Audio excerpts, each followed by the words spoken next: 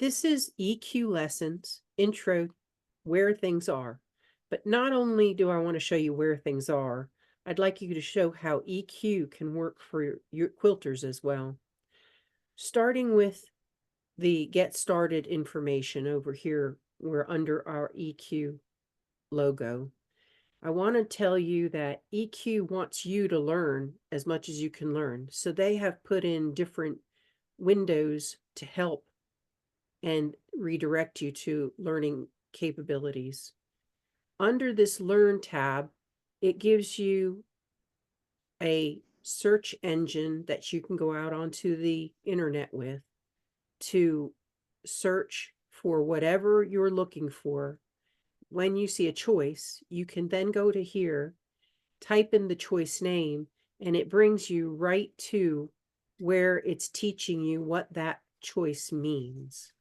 There are also online lessons that are free out at EQ, online videos that are free out on EQ. They also have the quick start guide and the reference manuals in PDF form for you to be able to download. They no longer give the books out or sell the books. If you buy a EQ version that comes in a cardboard box, some of those will come with the manuals and the quick start guide. The classes down here are paid classes that are listed all over the United States. So right away, they're wanting you to learn how to use EQ. Product details is just like if you would go to the help and about section. It tells you the version of EQ you're working on and different information about the software you're using. They like you to learn that they even give out your support numbers and information for you right on the front welcome page. EQ has several ways for you to see the information that you're looking for. They have drop-down menus. I love the drop-down menus because if you can't find what you're looking for, you can go to these drop-down menus and it will give you those choices. If it's highlighted, then it's a drop-down that you can use. If it's in the gray, that means it doesn't apply to the menu you're on. On the left side, you can see a toolbar here. The toolbar, again, like the drop-down menus, has some grayed out areas because those grayed out areas don't apply to the screen you're in. But the ones that you can see are applicable to use on the screen you're in at that moment. When you come into EQ, you normally would start a project, and if you are sure that you want to work on that project and you click on New Project, it automatically comes up and asks you to name the project. That way, whenever you're creating something, it has a place to store it. Both the icon here in New Project and the drop-down menu New Project asks you to enter a title for it. When you go directly to designing from scratch or quilt work table, it doesn't ask you for a name right away. It keeps it as an untitled EQ project. The reason I'm telling you this is that if you go into EQ like we're working in one today, and you don't know if you want to save that project yet, you can work on it. And then when you come to the conclusion that you like it and you want to save it, you can file save. It will, however, ask you anytime you add something to the project sketchbook, you haven't saved it, do you want to save it?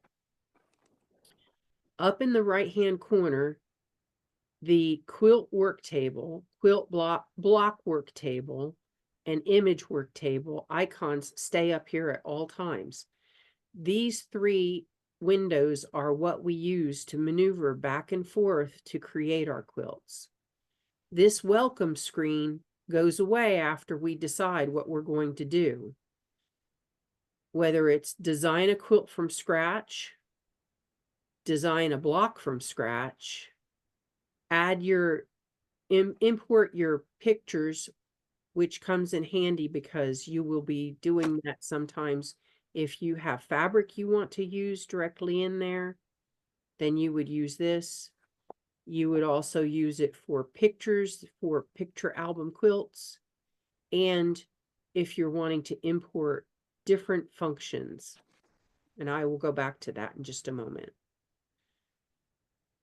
Let me show you, if you don't know what you want to do, we're going to go and look at start with quick quilt project. Say you just want to design a quilt, you're not sure where to start. If you click on quick quilt projects, it comes up with several different layouts that are on the list.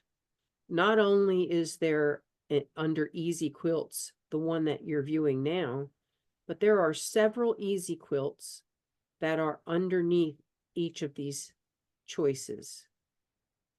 So as you're looking, you can see a lot of these are traditional quilts, like log cabin, medallion quilts, which are interesting because they're made up of several borders, New York Beauty, one patch quilts. One patch quilts are different than if you design a block and you put it into a quilt. You cannot put a block within these one patches. They are designated to be quilts that have many pieces that are all the same size, but have different colors to make up a design. Quilt labels are for those of us who like to print on fabric with printable fabric, or if you have an embroidery machine, you can then take and put a label in the center, and it gives you some ideas as to what you can surround your label with to make a unique label. It gives you some quilts with sashing. Storm at Sea is again like log cabin, another one. Strip quilts, so that you can use some of the different ideas for strip quilting. Table runners, and then t-shirt quilts, which is another thing that a lot of people do, but may not have the thought that a t-shirt quilt doesn't always have to be with sashing or with quilt only t-shirts in it. You can use different layouts that EQ has in here. If you also are searching for a block to use, you can go to search for a block pattern, and it redirects you to libraries. Libraries have many different forms of what the library is. When it comes to block library, it's full of blocks that come with the program. Fabric library, layout library, embroidery, photo, and thread. With the search fabric swatches, you can download some interesting fabrics from different companies. Out on the EQ site, it gives information about all these different fabric manufacturers who have downloadable fabric for you to be able to get and bring it into with a zip file into EQ. I'm not one who uses other manufacturers' fabric much, so I really like that I can bring my own fabric into EQ. And that is one of the things I will be teaching you in the future, and we will glance over when we get to image work table. Last thing I want to show you before we get out of the welcome window is the sketchbook. Sketchbook is the place where when you're adding things to like making quilts or making blocks, bringing in your own fabric, or you have certain colors you want to take and use that you just want to have the specific colors, bringing in photos, using the thread or the embroidery. You keep it all in one sketchbook under your project.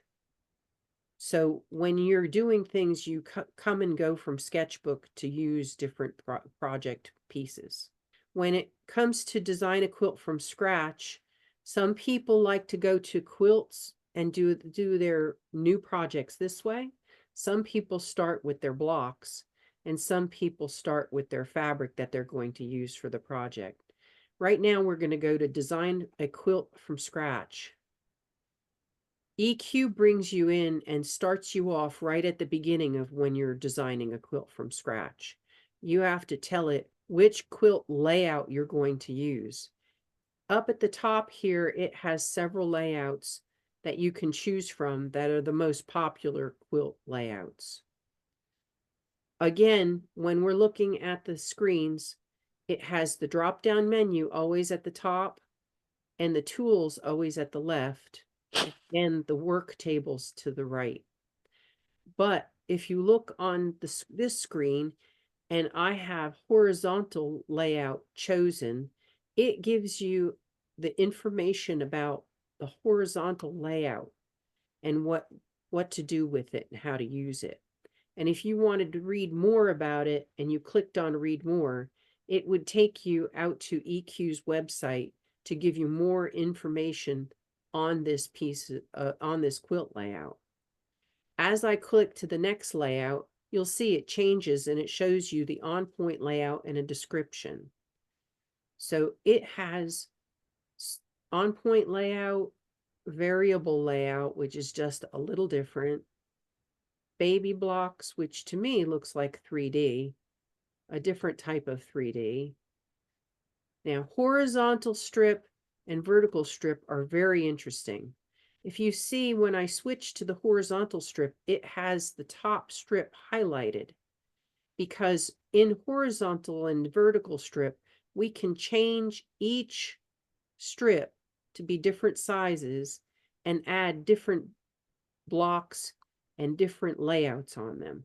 So when you are making a strip quilt, you can use this to change the different sizes. Same thing with vertical. If you're making a vertical strip quilt, you can use vertical strip quilt and change the dimensions and the sizes there. Here's one patch. Again, with one patch, you can only put one color fabric in each of these blocks, but it does come out with different layouts. When you go to layout and you are on the one patch, you can choose all these different styles of one patch and change the number that you're using so that even though you're only putting in one color in each block, you have a different quilt with each of these different styles. It has a photo patchwork as well, and we'll do this later on. It's a little more in-depth, but you can take a photo, bring it in, and then tell it you want to do a photo one patch, and it will actually populate the colors of the one patches to try and match your photo. Custom set is when you're wanting to make a quilt that has lots of different size blocks, and you have to fit them in and move them around.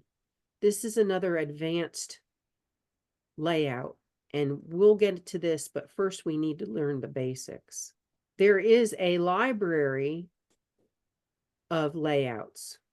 So if you don't see a layout in this grouping up at the top of the screen, you can go to the library of layouts, and it has them categorized by different sizes, different styles, and a number of different type layouts you can use. So if you don't find it within this up at the top layouts, you can always go to library layout and see if you can find it.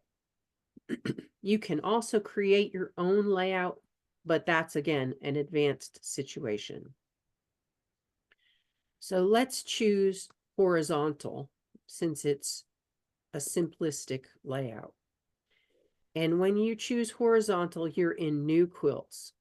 The next step it gives you is to move to the right one and click on layouts. Here is where we tell EQ what number of blocks we would like to use, what size blocks we would like to use, and if we want to use sashing. I'm going to leave it at 4x4 for right now, but I want to bring to your attention how nifty it is that it gives you the size of the centers with a 4x4 with 9-inch blocks. And if you look down in the right-hand corner, you can see that it tells you the total finished size for the quilt with the borders as 38 by 38, because right now the borders are only 1 inch. Now this is a finished size and not an unfinished size. So when you get done making this quilt top, it will actually be 38.5 by 38.5, because it gives you 1/4 inch seam allowance on all sides. So next, after we figure out what number of blocks we want to do, we should tell it what the border sizes are going to be if you choose to use borders. Right now, it's defaulting to 1-inch block borders, or 1-inch borders around the whole outside with a long horizontal layout. Gives you many different styles of borders that you can choose from. And because I have it at a 1-inch, it looks pretty funky when I change it to diamonds. But when I change it to a 5-inch, you can then see the border layouts. So it's giving you help to set these up right away if you wish to use them. The other nice thing is you don't have to use borders on all 4 sides. You could take and use just a top border by getting rid of this all borders and removing the other 3 borders.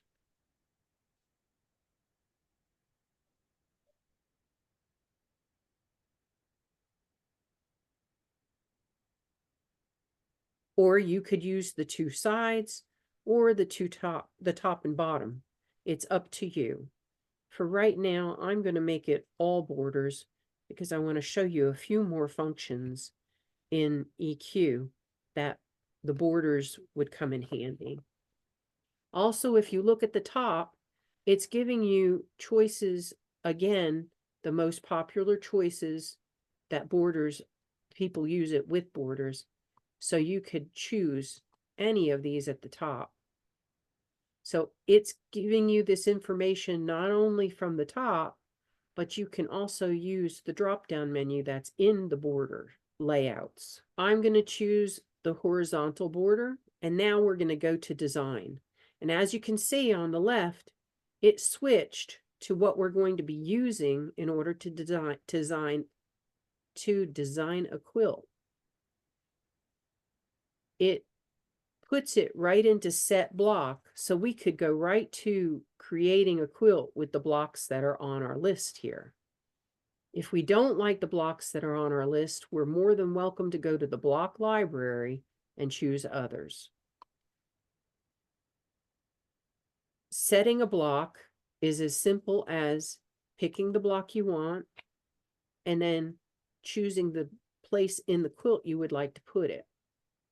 If I wanted to put it like different block styles, I could do that.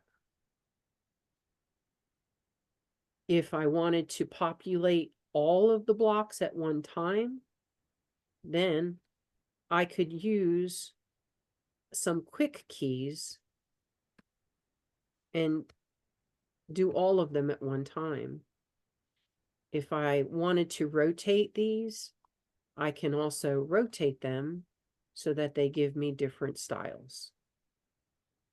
All of these functions right here are very helpful.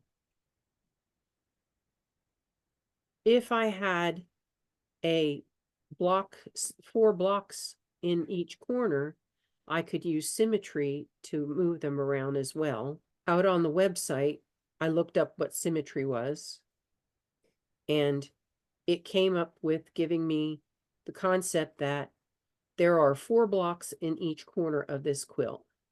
If you click on that, on symmetry, you can then have it shift from the 4 blocks in that direction to these other layouts with just clicking the corners so that it'll show, if you twist the quilts, what it would look like.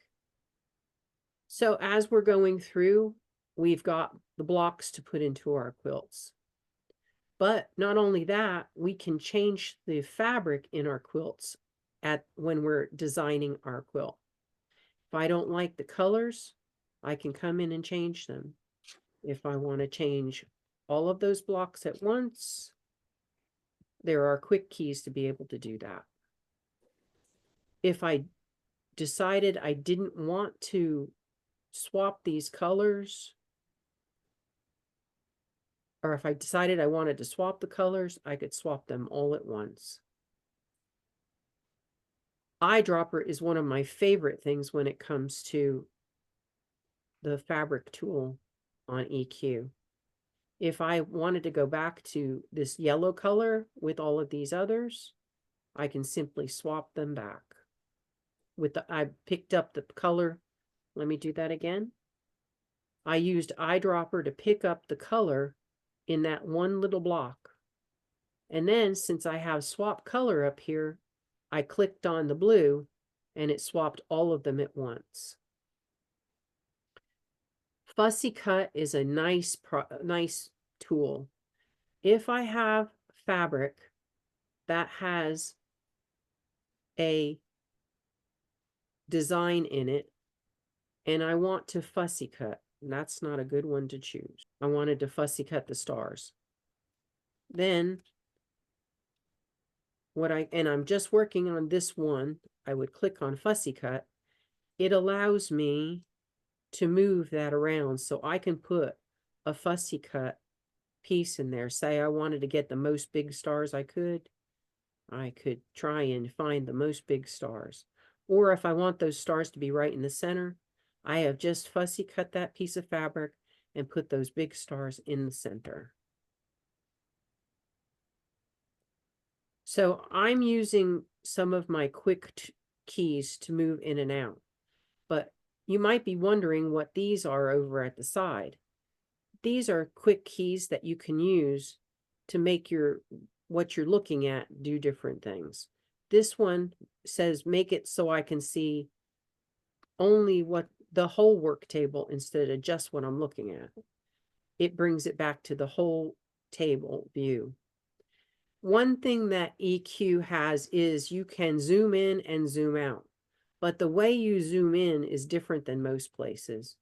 You click on zoom in and then you have a spyglass. You have to encompass what you want to make large. Once you do let that go, it makes that one section large. And when you're going to go out, it only goes out as far as what you did. So I'm going to encompass one more time so you can see what I'm meaning. It now is looking at that one big block that I just encompassed. But when I go zoom out, it goes back one at a time, zoom out. It does have an undo function. You can undo, but you cannot redo with EQ. And it does have a measurement function. If I wanted to know specifically what size this little block was without having to go to the pattern, I could use this and measure. So that's an explanation of the sidebar. When we're working in EQ, let me go back to the top. You can also use auto borders in your design, right from the design. If you didn't decide to put any kind of borders in and you thought, I want to make it more interesting, let's change and use some applique on the edge of our quilt, on the borders. You could then come into auto borders and you can add border excitement. You can add borders to it to make it look different. Photo tools. So photos can go anywheres on your quilt. A lot of people use them to put into places and make family ancestry photos.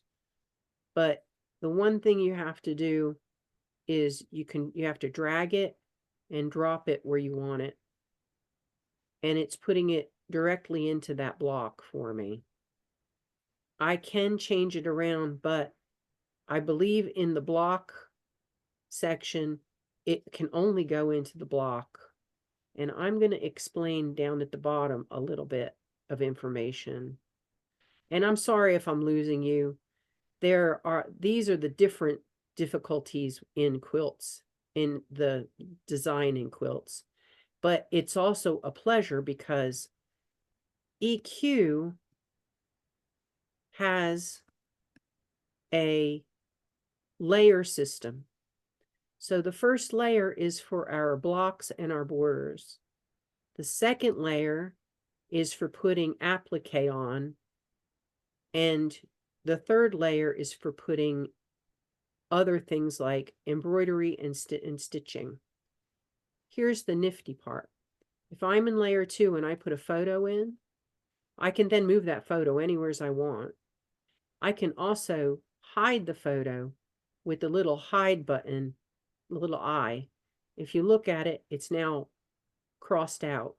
So it is giving me only layer 1 and layer 3. If I want to bring it back to look at, I just unclick that and I can see it, but it also can be showing just layer 2. Anyway, that is more advanced stuff, but I wanted to bring that out just because we're going over everything. And I think some of this stuff is really nifty. So if you wanted to do alphabetic blocks on your quilt, you could do that as well. That's a layer 2 situation. So as you see, when I click off of layer 1 into layer 2, it gives me the choice to be able to do text mode. So I can actually add text to my quilt because it is an applique process. When I want to add embroidery, some of you may have embroidery machines and you have embroidery that's you did on the machine and you want to add it to your quilt. Well, you have to be in layer 3 for that. And as you see, embroidery and thread tools come up then. So you can use a picture of the embroidery you have and bring it in at this point. And then it's on your quilt where you can see it, or if you're just wanting to work on your layer 1 stuff, you can take and only work on layer 1. So let's go right to the print and export now. Once you have your quilt designed a bit and you have it the way you want it, obviously I don't have it the way I want it, but I decided I like this quilt block, and you can see it, it makes it green on the outside. That means you've chosen, when you're in print and export, that block, you want to print it out so you know how to quilt it. Then you can choose to either print it out as a block, just so you have an overall picture of it. You can take and print it as a template if you're wanting, if you have a really detailed block, like an applique block. I would use one of these, and I would need to print templates out for that. It then gives you the templates you need to be able to create that block.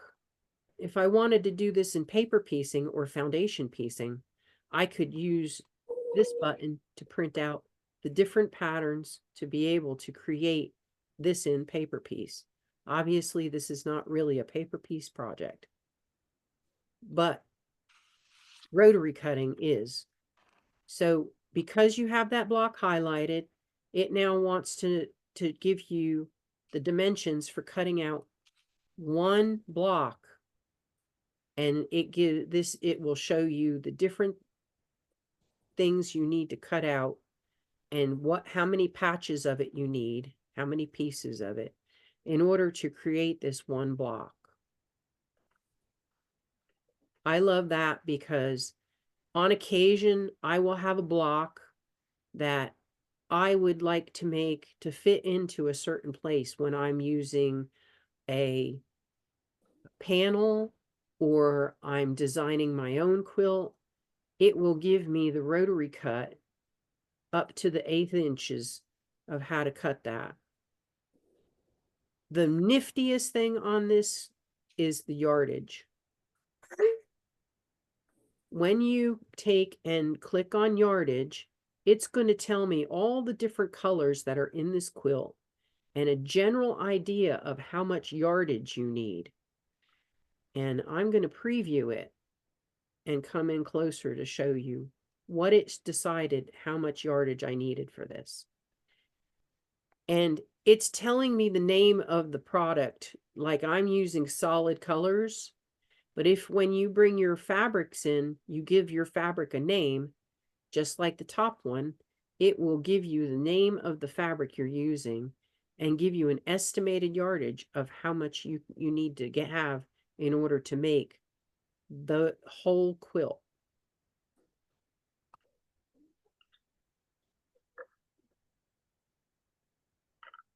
So that's generally how we would work in the quilt work table. When you come to the block work table, it's specifically for making blocks. Like I did in the quilt work table, let me explain these up at the top because it's stepping you through each of these categories for you to create a block. If you think of it, these up at the top where new block is highlighted is like a tab. So the first tab that's highlighted is what type of block would you like to make? Are you wanting to make a pieced block, an applique block, a pieced and applique block, or do you want to create a serendipity block? We'll go over those more, but basically serendipity is where you take a block that you already have created and you can bend it and twist it into a new block. So again, as you're watching, the tips and block style information changes as you go from one type of block to the other to give you information as to what that would do for you if you chose that subject. I'm going to pick a pieced block, and I'm going to show you here that you can do an easy draw, a poly draw, or you can choose from the block library if you wanted to. An easy draw is just like it sounds. We're going to draw straight lines or curved lines to make an easy block. Poly draw is when you have a number of different points and they conform into either a circular format, an arc format, an 8-star, a kaleidoscope, or an octagon. This is to help you trace more accurately and keep your lines and your end product accurate. So when we go back to Easy Draw, it gives you a grid and it gives you information up at the top as to what size your block will be, where the snapping points are, and snapping points in a structure is when you're going to draw a line, you want it to snap from this dot to this dot, or from a line to a dot, or even from dots you've created, which are called nodes in the center. It's to help you accurately draw your block the way you want to. I will give you a little demonstration of what this snapping tool, which is snap to the points on the grid, does. Points on the grid are these little dots right here. But what you don't see is that they can be more than just those dots. There can be snapping points in between. You can use up to 200 and, I don't quote me on this, but 250 snapping points on this. But most of the time when I'm doing it, I use 1/4 inch, 1/8 inch, and 1/16 of an inch at the most. So if we're going to make a simple 9-patch block from a 6-inch quilt, that's every 2 inches we're putting a line. So I'm going to snap from this side to this side on both the 2 and the 4-inch. And I'm going to snap from the 2 all the way down to the bottom 2.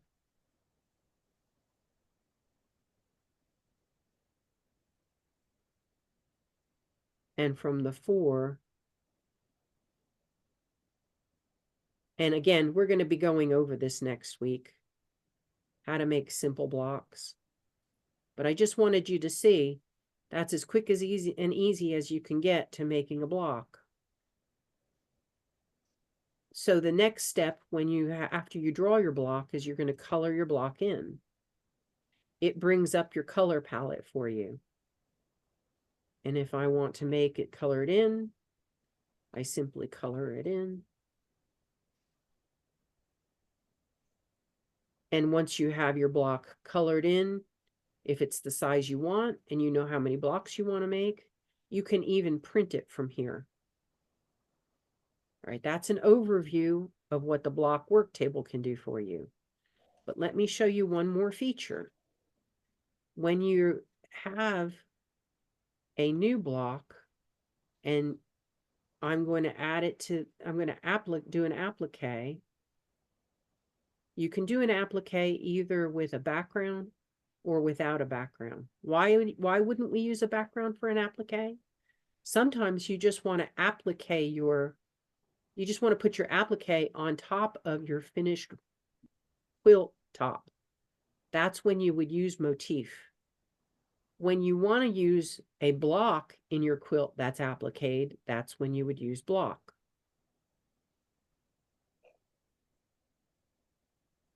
If I'm going to design a block with a background, I'll choose block with a background. So now anything I draw on here is going to have a background color to it. I'm going to use a shape of a circle just to make it easy. I'm going to applique a circle onto that block. So when I come to the next step, which is coloring it in, it gives me the choice to have color in the background and color on the circle. If I'm going to do a new block and I'm going to use applique motif, and I want to make a circle again,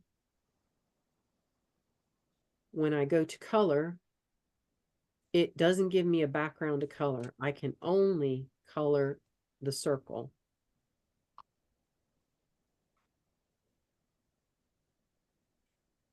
And then I would print this out as a template. And see, it only gives me the template for the circle with a seam allowance on the outside. So let's go back to new block. It also gives you the choice to be able to do a pieced and appliqued.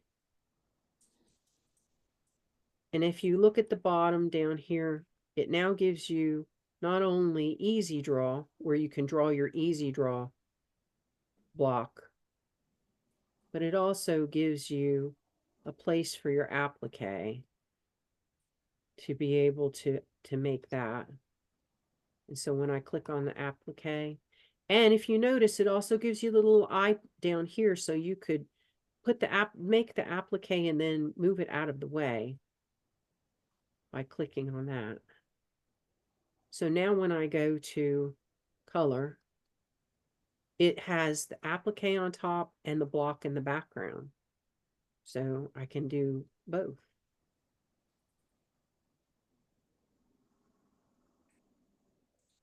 And you can go back and forth between these. Say, I didn't like that. I want to change it. I can go back to draw. And here's where I was telling you, sometimes it's nice to be able to take and not see your applique, because now I can work on my easy draw without applique in there. We can go back and forth. Tracing images. Say I'm making an applique and pieced block. And we're going to go to the applique. And I'm going to remove this circle because I actually want to bring a picture in. I would go to tracing image. And I'm going to bring a picture. This is going to lead into the image work table that we're going to look at. So what I'm going to do is I'm going to import an image from my files. Or I'm going to go to my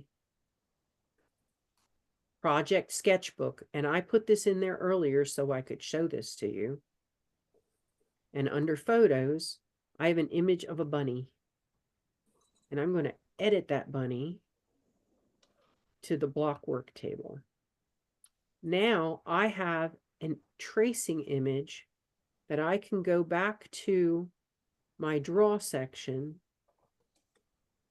and I can draw this bunny in my applique tab.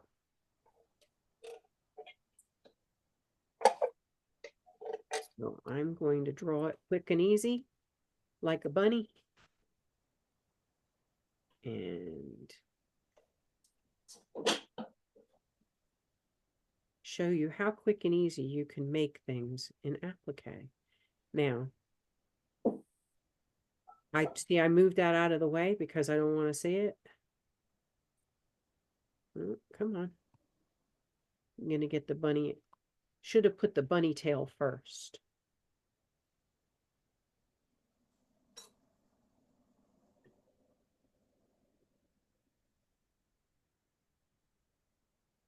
So now I can take and change that bunny around by using some of my editing tools and change the ears. But again, that's for another time. I just wanted you to see how about the tracing image, how nifty it is to be able to bring that tracing image in to get what I want to see on my design board.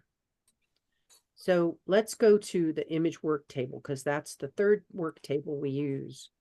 The image work table is for bringing in pictures.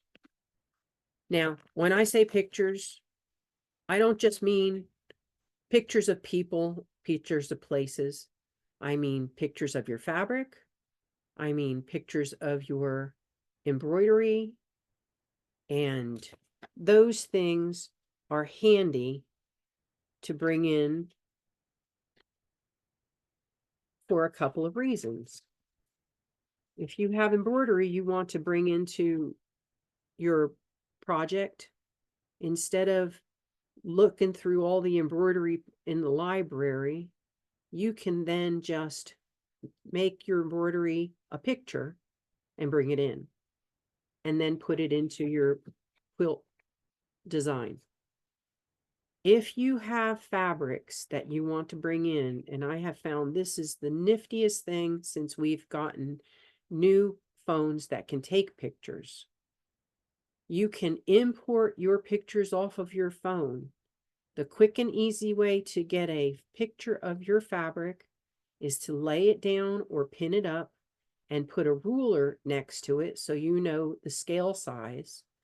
Take a picture of it and then import it into your computer, which now that our computers are much more user-friendly, is as simple as using Bluetooth to receive a file.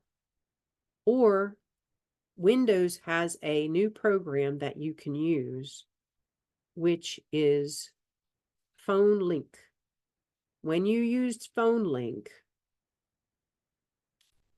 you can automatically pull your pictures off of your phone right into your computer. And I will show you how to use that. It's super simple. So once you take a picture of your fabric and you have it out on your computer in a file folder, all you have to do is import that fabric. And I will show you.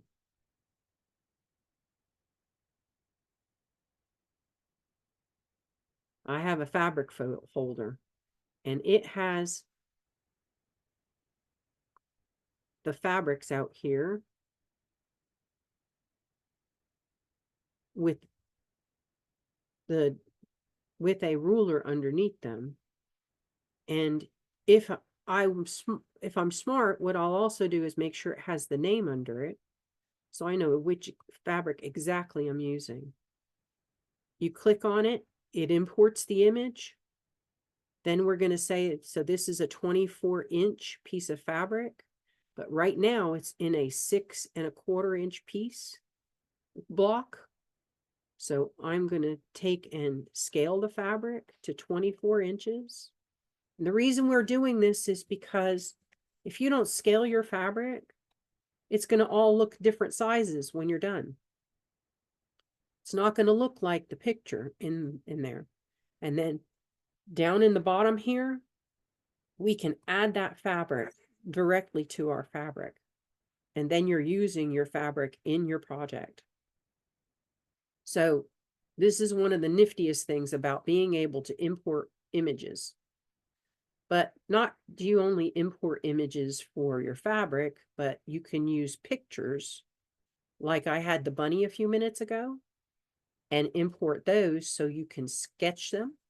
And you import your embroidery or any other type of thing. Say you already have something made that's a applique. You can take a picture of it and you can bring it in and scale it to the size you want to and see if it works on your quilt. So generally that's what Image Work Table does for you. I'm going to switch back to the libraries because I'm impressed with the libraries. I've always been impressed with the libraries at how well they work for me. Up at the top left under libraries, there's block library, fabric library, layout, embroidery, photo, and thread. So when we go to block library, these all come with EQ. All of these different choices. And not only does it have blocks that are traditional, it has all of these other blocks. Some of them are applique, some are foundation paper piecing. I mean, I've often thought it would be really cool to take the foundation paper piecing that is vehicles, transportation, and just make a foundation paper piece quilt for a nephew or a grandson. It has classic, contemporary, all these different choices.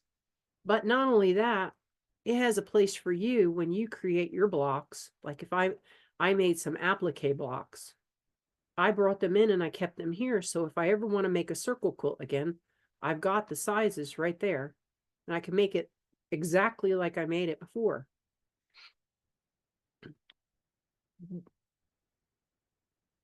The best part of the library, though, is fabric library. Not the fabrics that are out here. Because like I showed you, you can go to a fabric manufacturer and download those. But my favorite fabrics, I took and scanned in several of my pieces. Where are they?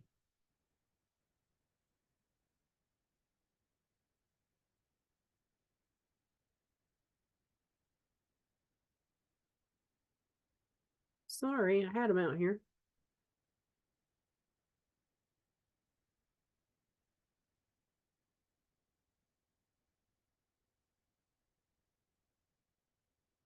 Well, for instance, this is one of the fabrics I think I scanned in. And you can add it to your fabric library and change the names so that you know exactly what fabrics you're pulling from. And then you have your fabrics on hand. The other nifty thing is you say, okay, well, how is that going to help me too much? Well, when I go to a fabric, I can then add it to my sketchbook. And let me get back over to where the fabrics are. If I go to the fabrics and I go to a specific fabric, there should be a place to put a note card in there. There we go. On each of these fabrics, you could actually put information about what that fabric is. So you know where you got it from, how much you have of it, and different things like that. So you can keep all of these, the fabrics, the blocks, the quilts, you can add note cards to. And I'm now remembering where you can do that. And right here, it then shows you the information you put. Like I put under this one, this is my bunny outline number 2. Or under fabrics, or under quilts, you can change this note. You can edit the note card and give yourself indicating information. I like that feature too. I've used it before in projects to keep myself straight. So I think I've gone generally over everything that I wanted to go over. This was a general overview, and it's really hard to do a general overview and not hit some highlights. If I've confused you or it looks confusing, don't be stumped by that, because it's really not as difficult as it sounds to keep up with where things are. We had a group 3 years ago that joined and wanted to learn how to use EQ. And the number of people we had was about 5 or 6. And I know that there's at least 4 of those 5 or 6 that are still using EQ on a regular basis. I love EQ because it gives you the math without having to worry about it. If I'm trying to make a quilt and I want to make it a certain size, say I wanted to change this quilt and make it so that it's our charity hospice quilt size, I can go back into my layout and change the sizes, keep it the same look as when I'm changing as what I had before, but change the sizes of the blocks. Like if I wanted to make this a 12 by 5, and then go back to my design, I can change it. You see how it just modified the size of the blocks? And that way I can make it the way I want to make it. And that comes in handy when you get a quilt that is a king size quilt, but you only want to make it for a twin size bed. Well, then you can come in here and you can change it around until you get a layout that's for a twin size bed and is the size blocks you want to make it.